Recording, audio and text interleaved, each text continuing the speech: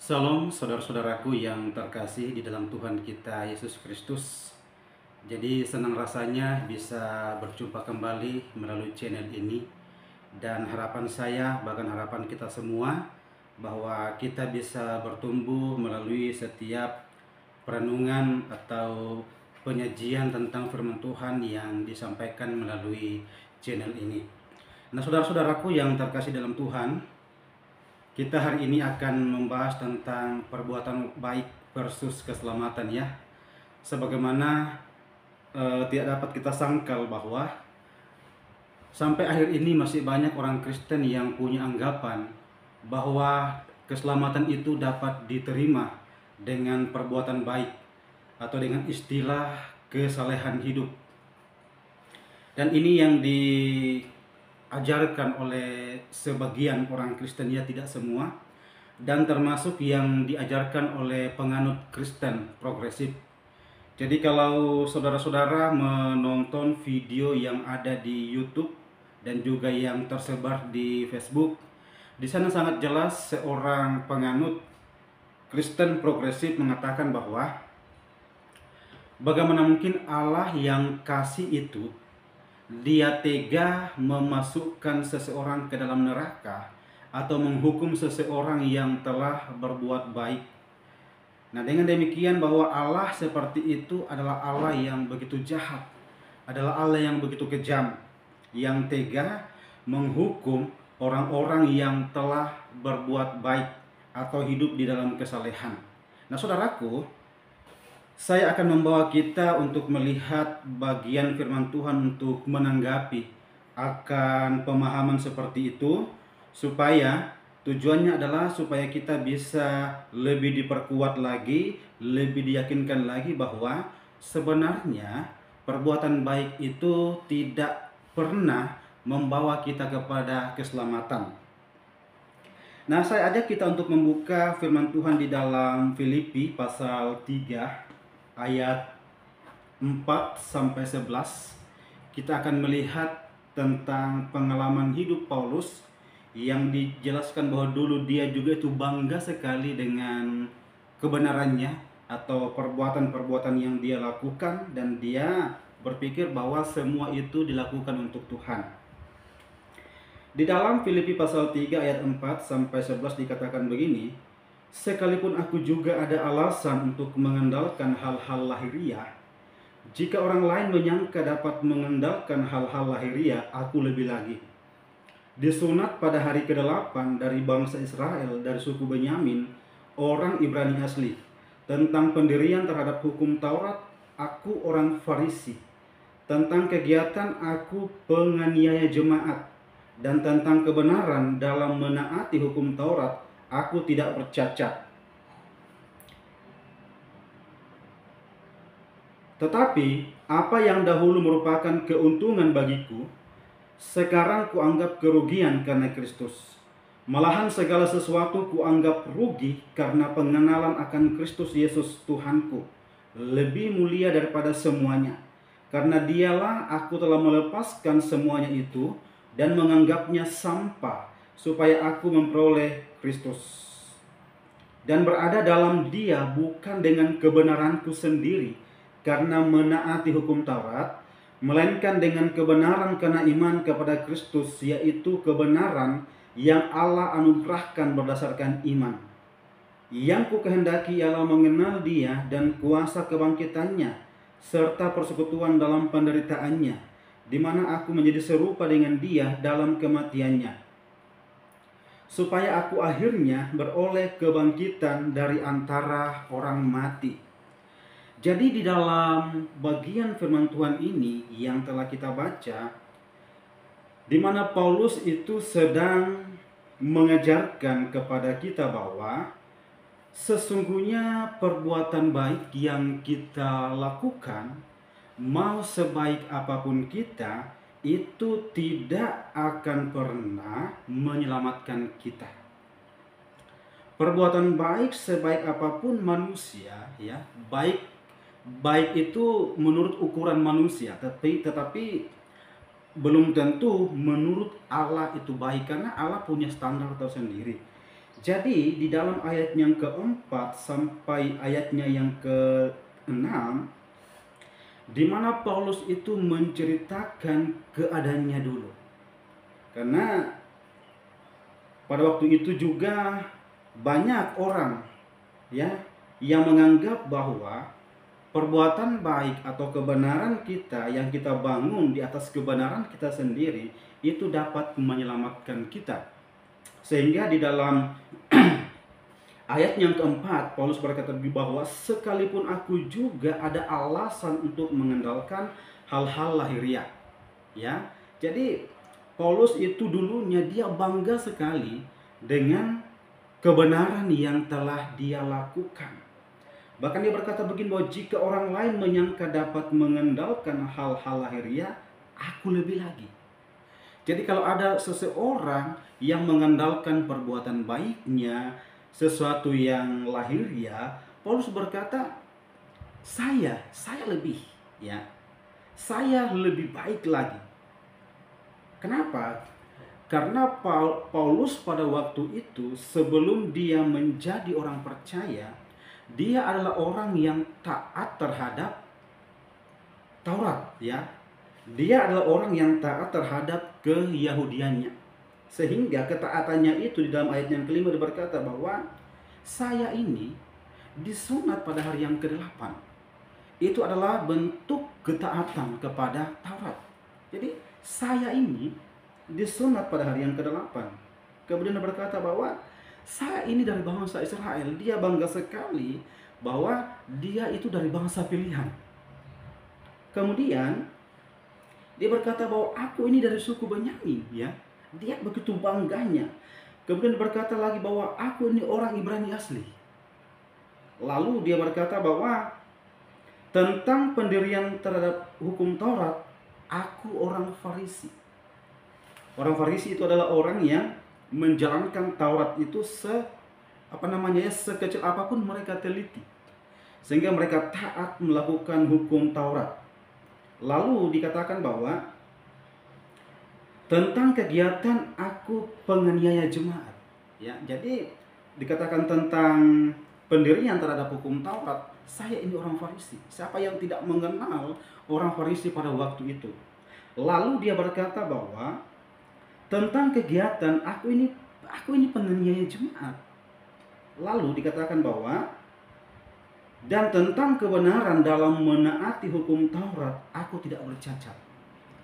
Dalam artian bahwa Paulus itu dulunya dia adalah orang yang taat melakukan Taurat sampai hal-hal yang sekecil itu. Sehingga dia begitu bangga dengan keyahudiannya. Sehingga dia begitu bangga dengan ketaatannya melakukan kebenaran pada waktu itu. Sehingga dia begitu bangganya terutama di dalam menganiaya orang-orang percaya, karena baginya bahwa ketika dia menganiaya orang-orang percaya, dia sedang melakukannya untuk Tuhan. Karena bagi mereka orang percaya atau gereja pada waktu itu adalah orang-orang yang telah memberontak, ya. Orang-orang yang telah lari dari kebenaran, sehingga yang dia lakukan adalah dia menganiaya, sehingga dia begitu bangga melakukannya pada waktu itu.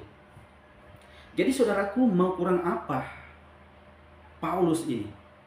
Dia orang yang taat beragama, dia melakukan Taurat, bahkan dia mengatakan bahwa dikatakan bahwa tentang pendirian terhadap hukum Taurat, aku ini orang Farisi, ya.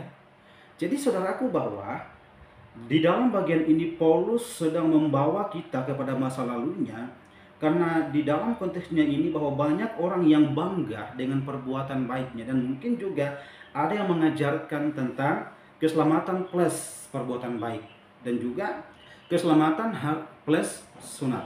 Makanya di dalam ayatnya yang pertama sampai ayatnya yang ketiga dikatakan begini, akhirnya saudara-saudaraku, bersukacitalah dalam Tuhan. Menuliskan hal ini lagi kepadamu tidaklah berat bagiku dan memberi kepastian kepadamu. Hati-hatilah terhadap anjing-anjing, hati-hatilah terhadap pekerja-pekerja yang jahat, hati-hatilah terhadap penyunat-penyunat itu. Jadi muncul pengajaran sesat pada waktu itu yang dilakukan oleh orang-orang tertentu. Dan kalau kita melihat dalam Galatia pasal 1 ayat 6 sampai 10, di sana siapa mereka penyesat itu? Penyesat itu adalah orang-orang yang berasal dari dalam gereja, yang punya pemahaman yang lain.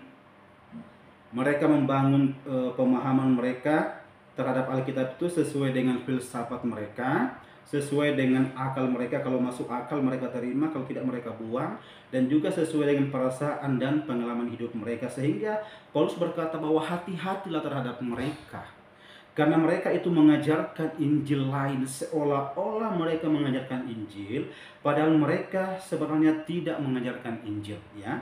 Dan dikatakan bahwa sebab kitalah orang-orang bersunat yang beribadah oleh Roh Allah, bermegah dalam Kristus Yesus, dan tidak mengandalkan hal-hal lahiriah. Jadi pada waktu itu ada yang beranggapan bahwa tidak cukup kita percaya kepada Kristus, tidak cukup kita beriman kepada Kristus. Keselamatan harus ditambahkan dengan perbuatan baik, dan keselamatan itu harus ditambahkan dengan sunat. Makanya Paulus berkata bahwa hati-hatilah terhadap mereka, ya. Dan Paulus berkata bahwa sebab kitalah orang-orang yang bersunat, yang beribadah dalam Roh Kudus, bermegah dalam Kristus Yesus, dan tidak mengandalkan hal-hal lahiriah. Jadi keselamatan yang kita miliki itu adalah keselamatan yang berdasarkan kasih karunia Allah. Dengan cara bagaimana? Dengan cara kita beriman kepadanya. Jadi keselamatan itu tidak perlu ditambahkan lagi dengan perbuatan baik. Dan akan kita lihat nanti apa kaitan keselamatan dengan perbuatan baik. Jadi Paulus itu menjelaskan siapa dirinya. Jadi kalau orang-orang pada waktu itu bangga dengan perbuatan baiknya, bangga dengan ritual agamanya, lebih-lebih lagi Paulus, dia dikatakan tidak bercacat. Namun perhatikan ayat yang ke-7, berkata begini, tetapi apa yang dahulu merupakan keuntungan bagiku, apa itu? Itu berbicara tentang ayat 4 sampai ayat yang ke-6. Tetapi apa yang dahulu, ya, ini berbicara dahulu, sesuatu yang telah terjadi, dikatakan merupakan keuntungan bagiku, sekarang kuanggap kerugian karena Kristus. Jadi ada perubahan 180 derajat yang dialami oleh Paulus, bahwa kalau dulu dia bangga dengan perbuatan baiknya, kalau dia dulu bangga dengan kegiatan-kegiatan agama yang dia lakukan, kalau dia dulu bangga dengan menganiaya gereja karena sangkanya dengan berbuat demikian dia berbuat untuk Allah, malah yang terjadi adalah ketika dia mendapatkan kasih karunia, dia berkata bahwa sekarang kuanggap kerugian karena Kristus. Jadi kerugian berarti bahwa sesuatu yang apa ya? Yang sia-sia. Jadi apa yang dia lakukan dulu itu, dan ketika dia bandingkan dengan keadaannya sekarang, setelah dia menerima Kristus, dia berkata bahwa rupanya itu sia-sia, tidak ada gunanya. Ayat 8, malahan segala sesuatu kuanggap rugi. Kenapa? Karena pengenalan akan Kristus Yesus Tuhanku. Jelas bahwa malahan segala sesuatu kuanggap rugi. Apa itu segala sesuatu? Itu kebenaran yang telah dia lakukan di dalam ayat yang keempat sampai yang keenam. Kebenaran menurut dia. Dan dikatakan bahwa segala sesuatu kuanggap rugi. Karena apa? Karena pengenalan akan Kristus Yesus Tuhanku lebih mulia daripada semuanya. Karena dialah aku telah melepaskan semuanya itu dan menganggapnya sampah, supaya aku memperoleh Kristus. Jadi Paulus melepaskan semuanya itu, meninggalkan semuanya itu, karena kebenaran yang sesungguhnya itu ada di dalam Kristus. Penggenapan dari hukum Taurat itu ada di dalam Kristus Yesus. Sehingga Paulus berkata bahwa dan menganggapnya sampah.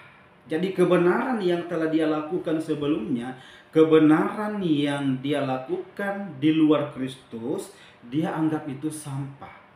Dia anggap itu sesuatu yang tidak berguna. Oleh karena apa? Oleh karena sekarang dia mengenal Kristus.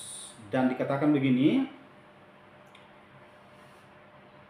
dan berada dalam Dia bukan dengan kebenaranku sendiri karena menaati hukum Taurat. Jadi semakin jelas Paulus berkata bahwa ketika dia berada dalam Kristus itu bukan karena kebenaran dia, tetapi dikatakan bahwa dan berada dalam Dia bukan dengan kebenaranku sendiri karena menaati hukum Taurat. Jadi dia diselamatkan bukan karena dia taat melakukan segala sesuatu, melainkan dengan kebenaran karena iman kepada Kristus, yang yaitu kebenaran yang Allah anugerahkan berdasarkan iman. Ya.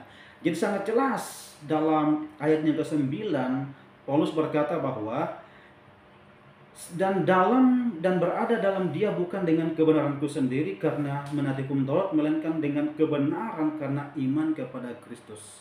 Dalam artian bahwa Paulus kemudian menyadari bahwa dia dibenarkan bukan karena dia taat melakukan hukum Taurat. Dia dibenarkan hanya karena kasih karunia di dalam Kristus dengan dia beriman kepada Tuhan. Sama saudaraku yang dikatakan di dalam Roma pasal 5 ayat 1 dikatakan begini, sebab itu kita yang dibenarkan karena iman hidup dalam damai sejahtera dengan Allah melalui Tuhan kita Yesus Kristus. Ayat yang kedua, melalui Dia kita juga beroleh jalan masuk oleh iman ke dalam anugerah ini. Jadi Kristuslah yang membenarkan kita, saudara-saudara, yang tadinya kita dikatakan bukanlah orang benar karena segala dosa dan pelanggaran kita, tetapi dengan matinya Kristus di atas kayu salib, Dia telah membenarkan kita sehingga kita itu diperdamaikan dengan Allah. Jadi kita berdamai dengan Allah bukan karena kita berbuat baik atau bukan karena kita melakukan sesuatu, bukan. Tetapi kita dibenarkan, saudaraku, semata karena kasih karunia Allah dengan kita beriman menerima anugerah itu, sehingga ketika kita diperdamaikan dengan Allah, saudara-saudara, maka kita beroleh kasih karunia. Jadi untuk menerima anugerah keselamatan itu kita harus terlebih dahulu diperdamaikan dengan Allah yang adalah pemilik hidup kekal itu, yang pemilik surga itu. Dan ketika kita sudah diperdamaikan dengan Allah, maka kita beroleh jalan masuk kepada Bapa di surga bukan melalui perbuatan baik kita, tetapi semata-mata karena kasih karunia Allah. Dan ayat yang 10 dalam Filipi 3 tadi, yang kukehendaki ialah mengenal Dia dengan kuasa kebangkitannya serta persekutuan dengan penderitaannya, di mana aku menjadi serupa dengan Dia dalam kematiannya, supaya aku akhirnya beroleh kebangkitan dari antara orang mati. Ya. Jadi Rasul Paulus berkata bahwa yang kukehendaki ialah mengenal Dia. Bagaimana Paulus lebih dalam mengenal Dia dan kuasa kebangkitannya, di mana kebangkitan Kristus itu menghidupkan setiap orang yang percaya. Kebangkitan Kristus itu memberikan kepastian jaminan hidup yang kekal kepada kita. Jadi mulai dari kelahiran sampai kepada kenaikan Yesus ke surga, saudara, itu merupakan satu paket. Jadi tidak bisa dipisahkan kemudian kita menganggap yang satu lebih penting daripada yang lain. Tidak, bahwa itu adalah satu paket tentang karya penebusan Allah di dalam Kristus Yesus kepada siapa? Kepada saya yang adalah manusia berdosa. Jadi kuasa kebangkitannya itulah yang membuat kita lebih semangat lagi untuk percaya kepada Kristus. Kenapa? Karena Kristus tidak hanya mati bagi kita, tetapi Dia juga bangkit yang menunjukkan bahwa Dia adalah Tuhan. Kemudian Dia naik ke surga, dan suatu saat nanti, saudaraku, Dia akan datang menjemput setiap orang yang sungguh-sungguh percaya kepadanya. Kemudian bukan hanya mengenal kuasa kebangkitannya, tetapi persekutuan dalam penderitaannya. Jadi Paulus ketika dia sudah diselamatkan, dia kemudian mengenal tentang kuasa kebangkitan Tuhan, maka dia hidup di dalam persekutuan dengan Tuhan, bahkan di dalam penderitaannya. Sehingga kalau kita melihat di dalam pelayanan Paulus, saudaraku, bahwa dia banyak kali mengalami penderitaan. Oleh karena apa? Oleh karena imannya kepada Kristus. Dulu waktu dia belum percaya kepada Kristus, dia tidak pernah mengalami penganiayaan, ya. Tetapi justru sebaliknya, ketika dia sudah menjadi orang percaya, Justru dia mengalami penganiayaan karena apa? Karena imannya dalam Kristus, dan seringkali dia mengalami penderitaan dan tidak membuat dia lari dari pelayanannya. Kenapa? Karena dia fokus kepada kekekalan. Nah, saudaraku, dari kisah Paulus ini kita bisa belajar dan diajarkan bahwa sesungguhnya perbuatan-perbuatan baik yang kita lakukan di luar Kristus, ya, itu sebenarnya tidak ada manfaatnya. Bahkan perbuatan baik pun itu tidak akan pernah menyelamatkan kita, saudara, ya. Jadi mau sebaik apapun kita di mata manusia, seperti yang diajarkan oleh Kristen progresif, itu tidak akan pernah menyelamatkan kita. Dan Paulus pun menyadari bahwa kebenaran-kebenaran yang telah dia lakukan selama ini, perbuatan-perbuatan baik yang dia lakukan, yang dia berpikir itu untuk menyenangkan hati Tuhan, tetapi justru sebaliknya, dia berkata bahwa itu adalah sebuah kerugian bagiku. Kenapa? Karena belum mengenal Kristus. Dan setelah dia mengenal Kristus, kemudian dia melakukan segala sesuatu pelayanan kebaikan untuk kemuliaan nama Tuhan. Ya, jadi untuk kemuliaan nama Tuhan. Jadi perbuatan baik yang kita lakukan di luar Kristus itu tidak berguna. Tetapi perbuatan baik yang kita lakukan di dalam Kristus setelah kita mengalami kelahiran baru, bertobat, maka itu berguna untuk kekekalan. Makanya di dalam 1 Korintus 11 ayat 3, 1 Korintus 3 ayat 11 sampai 15 itu berbicara di sana tentang motivasi pelayanan orang-orang yang sudah ditebus oleh Kristus. Jadi mereka yang mendasarkan pelayanan mereka di atas emas, perak, tembaga, mereka membangun pelayanan mereka di atas dasar motivasi yang benar, yaitu kemuliaan, ya, kekekalan. Kemudian mereka yang membangun pelayanan mereka di atas kayu, jerami yang gampang terbakar, mereka adalah orang yang sungguh-sungguh yang melayani tidak dengan sungguh-sungguh. Mereka mendasarkan pelayanan mereka di atas dasar yang rapuh, sehingga nanti mereka tidak mendapatkan mahkota. Nah, saudaraku yang terkasih dalam Tuhan, dari kisah Rasul Paulus yang telah kita pelajari di dalam teks Alkitab pada saat ini mengajarkan kita kembali bahwa dulu itu Paulus sangat bangga sekali, ya, karena beranggapan bahwa kebenaran yang dia lakukan itu untuk menyenangkan hati Tuhan, supaya dia selamat, padahal tidak. Dan setelah dia percaya, cara pandangnya berubah 180 derajat. Ia kemudian sadar bahwa hanya dengan beriman kepada Kristus kita diselamatkan. Dan ingat bahwa perbuatan baik itu yang dilakukan setelah kita percaya kepada Kristus merupakan buah dari iman kita. Nah, mengapa? Ini pertanyaan kembali bahwa mengapa manusia tidak dapat diselamatkan? Meskipun dia sudah melakukan begitu banyak perbuatan baik.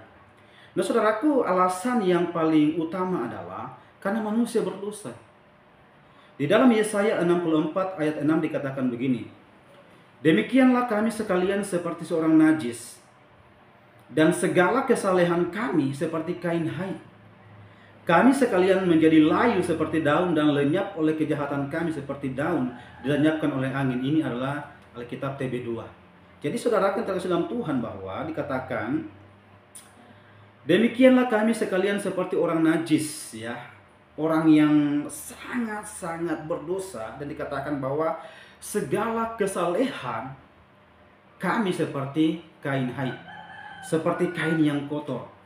Jadi kesalehan, perbuatan baik apapun yang kita lakukan, saudara-saudara, dikatakan bahwa semuanya itu seperti kain kotor.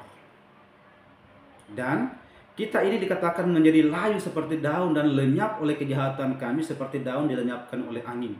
Jadi kita akan lenyap, kita akan binasa oleh karena dosa yang telah kita lakukan, yang dikatakan itu seperti kain kotor. Lalu di dalam Roma 3:23, ini masih berkaitan dengan mengapa kita tidak dapat diselamatkan karena dosa. Di dalam Roma 3:23 dikatakan, "Karena semua orang telah berbuat dosa dan telah kehilangan kemuliaan Allah." Berbicara semua orang tanpa terkecuali, saya pun adalah orang yang berdosa. Dan dikatakan bahwa telah kehilangan kemuliaan Allah. Hilang persekutuan dengan Allah. Jadi bagaimana mungkin saya adalah manusia yang berdosa ini bisa selamat. Meskipun saya sudah melakukan begitu banyak perbuatan baik, saleh dan lain sebagainya, tetapi Alkitab mengatakan bahwa karena semua orang telah berbuat dosa dan telah kehilangan kemuliaan Allah. Bahkan di dalam Yeremia 14 ayat 12 dikatakan begini, sekalipun mereka berpuasa, aku tidak akan mendengarkan jeritan mereka. Sekalipun mereka mempersembahkan kurban bakaran dan kurban sajian, aku tidak akan berkenan kepada mereka. Sebaliknya, aku akan menghabisi mereka dengan perang, dengan kelaparan dan sampah. Jadi ini berbicara tentang keadaan manusia yang berdosa, yang dikatakan bahwa sekalipun mereka berpuasa, mereka rajin beribadah, tetapi Allah berkata bahwa aku tidak akan mendengarkan jeritan mereka. Sekalipun mereka mempersembahkan kurban bakar dan kurban sajian, dikatakan aku atau Allah tidak mendengarkan mereka. Kenapa? Ini akibat dari dosa manusia, sehingga Allah tidak berkenan kepada manusia, tidak berkenan kepada kita. Ya, jadi ingat bahwa semua manusia telah berbuat dosa, telah kehilangan kemuliaan Allah, sehingga segala perbuatan baik yang kita lakukan tidak akan pernah membuat kita berkenan kepada Tuhan. Kenapa? Karena kita manusia berdosa. Lalu dalam Nahum 1 ayat 3 mengatakan begini, Tuhan itu panjang sabar dan besar kuasanya, tetapi sekali-kali tidak membebaskan orang bersalah dari hukuman. Jadi saudaraku yang terkasih dalam Tuhan, ketika kita berbicara tentang keselamatan yang dari Tuhan, maka kita tidak akan terlepas dari sifat Allah yang kasih dan adil. Dikatakan bahwa memang Allah itu panjang sabar dan besar kuasanya. Artinya bahwa Allah itu adalah Allah yang kasih. Tetapi jangan hanya berhenti di sini. Jangan kita hanya memahami bahwa Allah itu kasih sehingga kita meninggi-ninggikan kasihnya, sehingga kita lupa bahwa tetapi sekali-kali ia tidak membebaskan orang bersalah dari hukuman. Ini berbicara tentang keadilan Allah. Dan ini tidak melanggar hukum alami yang terjadi di dunia ini, bahwa setiap orang yang bersalah itu pasti akan dihukum. Misalkan ketika seseorang melakukan pelanggaran, kemudian dia ditangkap dan dibawa ke pengadilan, maka dia akan dituntut bersalah. Ya. Karena kenapa? Karena semua manusia telah berbuat dosa. Meskipun dia berkata kepada hakim-hakim, saya sudah berbuat baik kepada banyak orang, saya sudah mengembalikan apa yang telah saya curi kalau dia melakukan pelanggaran pencurian. Tetapi apakah hakim akan membebaskan dia? Tentu tidak. Kalau hakim membebaskannya, maka kejahatan akan semakin merajalela. Akan begitu banyak kasus-kasus pencurian yang terjadi kalau orang yang bersalah tidak dihukum. Dan Allah pun seperti itu, bahwa Allah tidak hanya mengasihi kita, tetapi dia juga harus menghukum manusia yang berdosa. Jadi Allah yang mengasihi kita tidak ingin kita dihukum. Karena kasihnya, bagaimana mungkin dia harus menghukum umatnya yang dia kasih. Dan ini yang dikatakan oleh Kristen progresif, bahwa bagaimana mungkin Allah mau menghukum manusia yang dikasihinya. Karena Allah itu kasih dan panjang sabar. Memang betul, saya juga mengaminkan bahwa Allah tidak mungkin menghukum manusia yang dikasihinya. Tetapi kalau Allah tidak menghukum manusia yang berdosa, itu artinya Allah kita adalah Allah yang kompromi dengan dosa. Dan itu melanggar dia punya sifat kekudusan. Oleh karena itu saudaraku, bahwa semua manusia telah berbuat dosa, maka dia harus dihukum. Dan penghukumannya itu tidak main-main saudaraku. Penghukuman yang diberikan oleh Allah kepada manusia yang berdosa adalah kematian kekal di neraka untuk selama-lamanya. Jadi surga dan neraka itu bukan hanya bayangan, seperti juga yang diajarkan oleh Kristen progresif. Tetapi surga dan neraka itu adalah sesuatu yang real, menunjuk kepada tempat. Surga tempat orang percaya, neraka tempat orang yang tidak percaya. Jadi ketika manusia berdosa, maka manusia harus dihukum, dan hukuman itu adalah kematian kekal. Nah, bagaimana menyelesaikan kedua hal ini, yaitu kasih dan keadilan? Di lain sisi Allah kasih tidak ingin menghukum kita, tetapi di sisi yang lain Allah adil harus menghukum kita. Nah, saudara kan terkasih dalam Tuhan, bahwa kasih dan keadilan Allah itu telah dipertemukan melalui pengorbanan Kristus di atas kayu salib. Di atas kayu salib Allah menunjukkan kasih-Nya yang besar kepada kita dengan cara bagaimana kita manusia yang berdosa tidak jadi dihukum. Dan di atas kayu salib itu juga Allah menunjukkan keadilannya dengan cara orang bersalah harus dihukum. Dan penghukuman itu telah diterima oleh Kristus Yesus. Yesus yang tidak mengenal dosa telah dibuatnya berdosa oleh karena kita, supaya kita yang berdosa dibenarkan di dalam Kristus. Supaya hubungan kita yang terputus dengan Allah karena ada dosa yang memisahkan kita, dan ketika Yesus berkorban di atas kayu salib, yang tadinya Allah dan manusia berseteru, bermusuhan, kemudian diperdamaikan dengan Allah. Sehingga untuk bisa masuk ke dalam kerajaan surga itu hanyalah semata karena kasih karunia Allah di dalam Kristus dengan kita beriman kepadanya. Jadi seteru ini telah dipersatukan oleh Kristus di dalam Allah, di dalam Kristus Yesus, sehingga Kristus yang tidak mengenal dosa telah dibuatnya berdosa oleh karena kita. Dan di atas kayu saliblah satu-satunya jalan kasih dan keadilan Allah itu dipertemukan. Sebagaimana yang dikatakan di dalam Efesus 2, saya bacakan bagi kita tentang perseteruan itu diperdamaikan oleh Kristus. Efesus pasal 2 dikatakan begini, mulai ayat yang ke-11. Karena itu ingatlah bahwa dahulu kamu adalah orang-orang bukan Yahudi secara jasmani, yang disebut orang-orang tak bersunat oleh mereka yang menamakan dirinya sunat, yaitu sunat lahiriah yang dikerjakan oleh tangan manusia. Pada waktu itu kamu tanpa Kristus, tidak termasuk kewarganegaraan Israel, dan tidak mendapat bagian dalam ketentuan yang dijanjikan, tanpa pengharapan dan tanpa Allah di dalam Kristus. Tetapi sekarang di dalam Kristus Yesus, kamu yang dahulu jauh, kita yang dahulu jauh, sudah menjadi dekat oleh darah Kristus, karena Dialah damai sejahtera kita yang telah mempersatukan kedua pihak dan merobohkan tembok pemisah, yaitu perseteruan.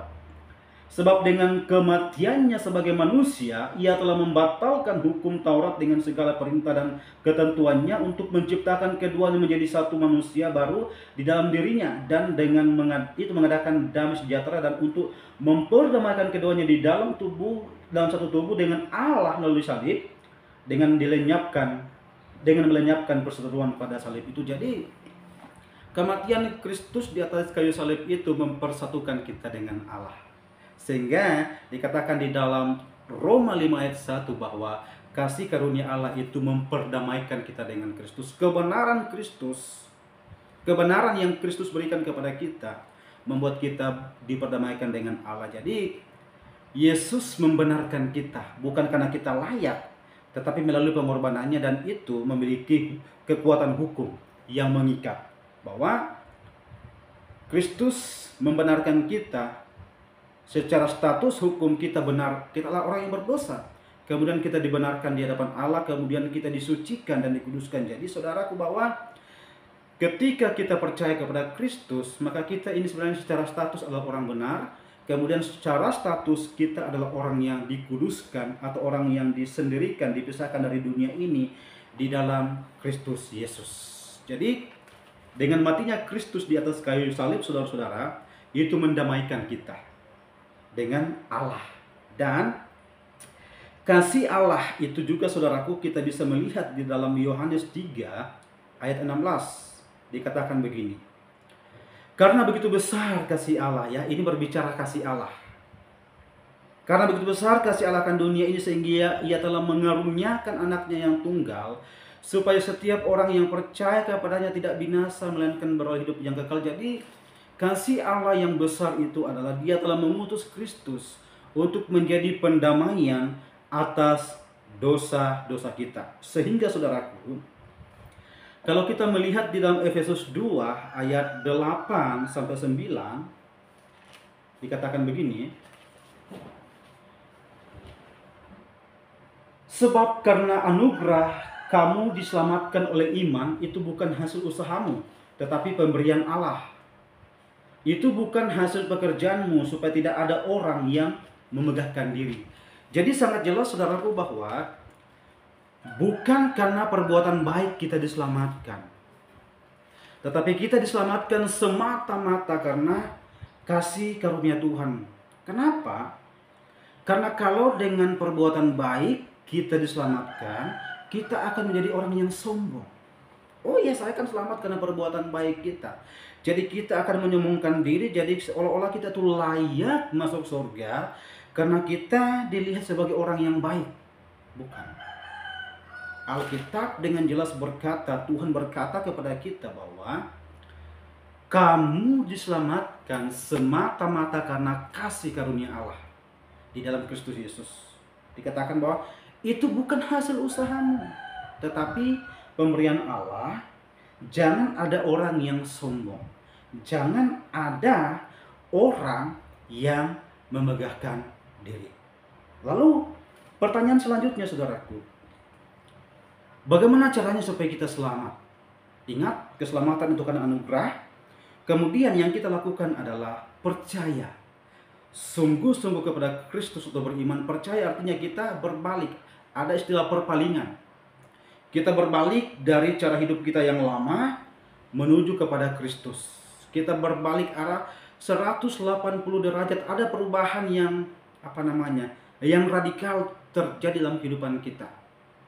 Yang tadinya kita mengandalkan perbuatan baik kita untuk masuk surga, tetapi sekarang oleh karena Roh Kudus yang bekerja dalam diri kita, kita berbalik arah sehingga kita menerima Kristus sebagai Tuhan dan Juru Selamat dalam kehidupan kita. Beriman artinya kita percaya bahwa keselamatan itu semata-mata karena kasih karunia Tuhan yang diberikan kepadaku, karena saya sudah menerima Dia sebagai Tuhan dan Juru Selamat satu-satunya di dalam kehidupanku, dan juga mengenalkan Dia di dalam kehidupan di dunia. Jadi seluruh kehidupan kita, baik untuk hidup yang kekal maupun untuk hidup yang di dunia ini, kita beriman kepada Kristus. Dikatakan dalam Kisah Rasul 16 ayat 30-31. Ia mengantar mereka keluar sambil berkata, "Tuan, Tuan." Ini kisah seorang kepala penjara. "Tuan, Tuan, apa yang harus aku perbuat supaya aku diselamatkan?" Perhatikan, kepala penjara ini berkata kepada Paulus, apa yang harus perhatikan, apa yang harus aku perbuat supaya aku diselamatkan? Jadi apa yang harus aku perbuat supaya aku diselamatkan? Ini berbicara tentang keselamatan kekal dalam Kristus. Apa yang harus aku lakukan? Atau apa yang harus aku perbuat supaya aku selamat? Jawab mereka, percayalah kepada Tuhan Yesus dan engkau akan selamat, engkau dan seisi rumahmu. Jadi Paulus berkata bahwa percayalah kepada Tuhan Yesus. Percaya artinya menerima Dia sebagai satu-satunya Tuhan dan Juru Selamat di dalam kehidupan kita. Tidak ada jawaban lain yang diberikan oleh Paulus selain dikatakan bahwa percayalah kepada siapa? Kepada Tuhan Yesus. Ini jelas. Percayalah kepada Tuhan Yesus dan hasilnya engkau akan selamat. Kenapa? Karena keselamatan akan atau hanya dapat kita terima manakala kita beriman sungguh-sungguh kepada Kristus. Lalu ayat yang lain mengatakan begini dalam Yohanes 6 ayat 47. Sesungguhnya aku berkata kepadamu, siapa saja yang percaya, ia mempunyai hidup yang kekal. Perhatikan saudaraku bahwa sesungguhnya berarti ini sesuatu yang pasti, bukan sesuatu yang mudah-mudahan. Sesungguhnya berarti adalah sesuatu yang benar. Yesus berkata sendiri bahwa sesungguhnya aku berkata kepadamu.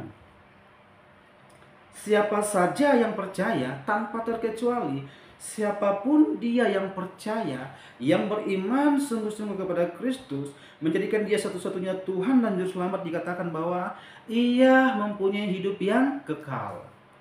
Ia mempunyai hidup yang abadi di mana? Yaitu di sorga bersama dengan Kristus, karena firman Tuhan berkata bahwa kita akan selama-lamanya bersama dengan Kristus di sorga.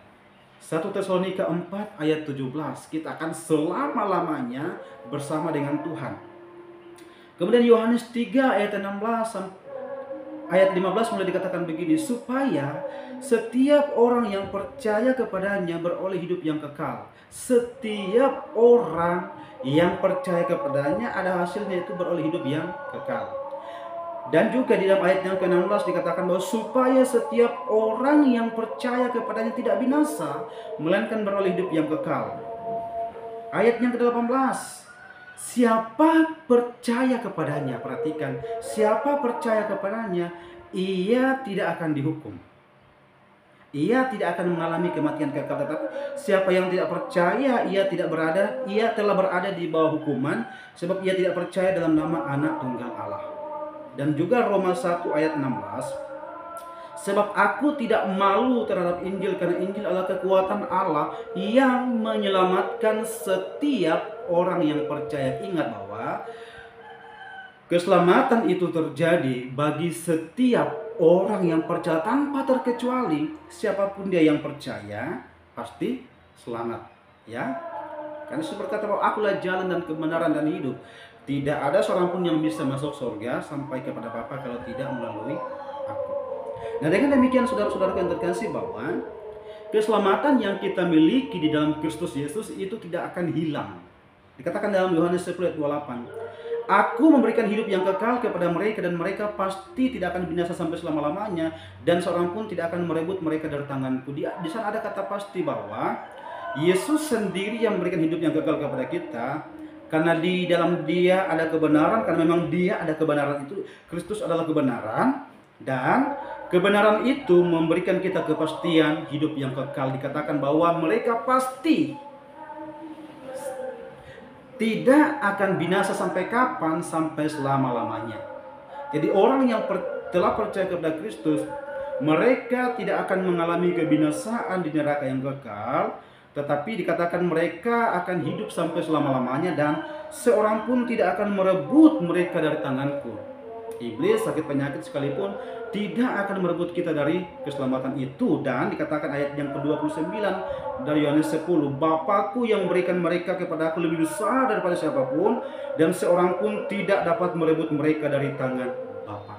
Jadi kuasa Allah lebih besar, saudaraku, sehingga orang-orang yang telah diselamatkan tidak mungkin lepas dari tangannya, dan tidak mungkin dapat direbut oleh orang lain. Lalu bagaimana kalau tidak percaya Kristus, saudaraku? Dikatakan dalam Yohanes 6 ayat 18 bahwa siapa yang tidak percaya, ia telah berada di bawah hukuman, sebab ia tidak percaya dalam Anak Tunggal Allah. Nah, saudara kan terkasih dalam Tuhan, bahwa kita tidak boleh memiliki konsep yang salah bahwa kalau begitu Allah mengizinkan manusia untuk dihukum. Tidak. Dari sejak semula Allah telah menetapkan memilih manusia untuk diselamatkan, tetapi mengapa manusia itu pada akhirnya nanti ada yang binasa? Mereka binasa karena mereka menolak Kristus. Dikatakan dalam Yohanes 3:19, inilah hukuman itu, terang telah datang ke dalam dunia, tetapi manusia lebih menyukai kegelapan daripada terang, sebab perbuatan-perbuatan mereka jahat. Saudaraku, kalau kita melihat di dalam Yohanes 1:14 dikatakan, firman itu telah menjadi manusia dan tinggal di antara kita, dan kita telah melihat kemuliaannya, yaitu kemuliaan sebagai Anak Tunggal Bapa, penuh anugerah dan kebenaran. Jadi Kristus telah datang ke dalam dunia, saudara-saudaraku, yang telah menebus kita. Jadi kalau ada manusia yang pada akhirnya mereka binasa, itu karena mereka menolak Kristus.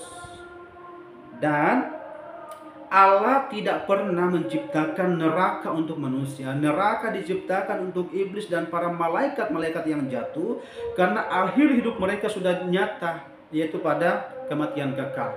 Dan kalau ada manusia yang binasa, itu karena mereka tidak mau menerima anugerah keselamatan. Ya, Jadi bukan karena Allah yang menentukan mereka. Jadi kita tidak boleh memiliki konsep pilihan ganda. Allah yang pertama, Allah memilih untuk diselamatkan, kemudian Allah memilih untuk tidak diselamatkan. Tidak ada pilihan ganda dalam konsep pemilihan. Allah memilih manusia untuk diselamatkan, tetapi kalaupun ada yang tidak diselamatkan, itu karena mereka sendiri yang menolak terang itu. Dikatakan bahwa terang telah datang ke dalam dunia, tetapi manusia lebih menyukai kegelapan daripada terang itu. Manusia tidak mau beriman kepada Kristus. Mereka menolak Kristus, sehingga pada akhirnya mereka binasa oleh karena tindakan mereka sendiri.